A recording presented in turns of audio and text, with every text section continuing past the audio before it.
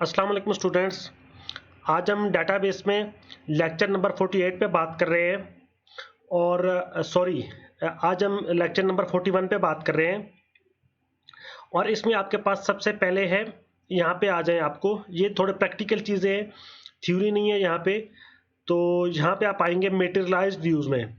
ठीक है, मेटेरियलाइज्ड व्यूज़ की बात हो रही है। मैं आपको थोड़ा इसका डिफरेंस ये हमने पहले भी डिस्कस किया था, मैं इसका दोबारा आपको बता देता हूँ। यहाँ पे जब आप आएंगे मेटेरियलाइज्ड व्यू में, तो आपके पास यहाँ पे जो इंपॉर्टेंट इनमें दो व्यूज और मेटेरियलाइज्ड व्यू में जो आपके पास डिफरेंस है वो ये समझने वाला है कि जो उसका रिजल्ट होता है मेटेरियलाइज्ड व्यू का, वो आपके पास डिस्क में स्टोर होता है। ठीक है, जबकि आपके पास स्टोर्ड इन द डिस्क, जबकि आपके पास जो सिंपल व्यू है वो आपके पास डिस्क पे स्टोर नहीं होता। फिर आपके पास जो मेटेरियलाइज्ड व्यू है वो आपके पास फास्टर है और इसमें आपको हर वक्त फ्रीक्वेंटली आपको अपडेट नहीं करना पड़ता। It is not necessary to update, और ये आपके पास it is necessary to update the view each time using it. ठीक है, तो ये 3 से 4 आपके पास डिफरेंसेस हैं। आप इनको खुद भी अपनी देख सकते हैं कि व्यू और मेटेरियलाइज्ड व्यू में क्या डिफरेंस है। तो ये था यहाँ पे इसका कंसेप्ट। अब यहाँ पे एग्रीगेट टेबल की थोड़ी डेफिनेशन लिखी है कि आपके पास एग्रीगेट टेबल क्या चीज़ है कि एग्रीगेटेड या जॉइंट डाटा आपके पास जो है वो आपके पास जो कंप्यूटेड होगा, ठीक है, उसको आप क्या कहते हैं, ठीक है, अब प्री कंप्यूटेड टेबल, उसमें क्या है, प्री कैलकुलेटेड टेबल पे आपके पास जॉइंट डाटा या एग्रीगेटेड डाटा है। ठीक है, from fact and possibly dimension tables, इसको आप क्या कहते हैं, समरी या एग्रीगेट टेबल। ठीक है, कि उसमें एग्रीगेटेड या जॉइंट डाटा पे वो कंप्राइज करता है, इसको आप एग्रीगेट टेबल कहते हैं। व्यूज का मतलब है व्यूज और वर्चुअल टेबल्स। ठीक है, ये ऑब्जेक्टिव के लिए भी आ सकता है।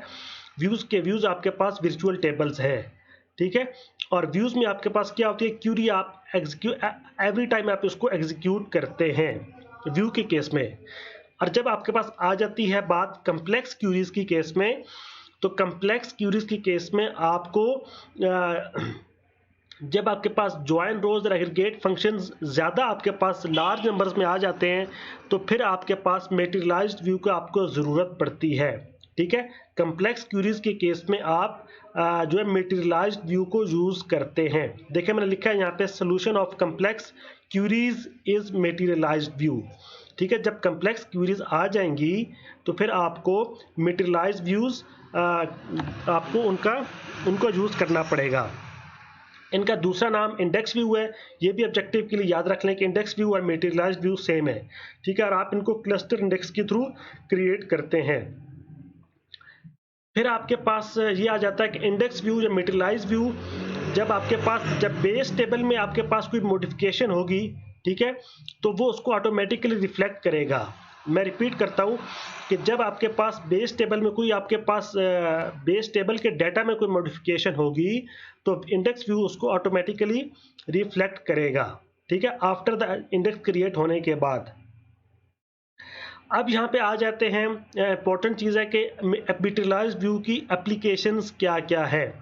ठीक हो गया, तो ये आपके पास एप्लीकेशंस इसकी क्या है कि डाटा को समराइज करने के लिए, कंप्यूट करने के लिए, रेप्लिकेट और डिस्ट्रीब्यूट करने के लिए ये आपके पास मेटेरियलाइज्ड व्यूज यूज होते हैं। ठीक हो गया, जिसकी एप्लीकेशंस आप इसको कह सकते हैं।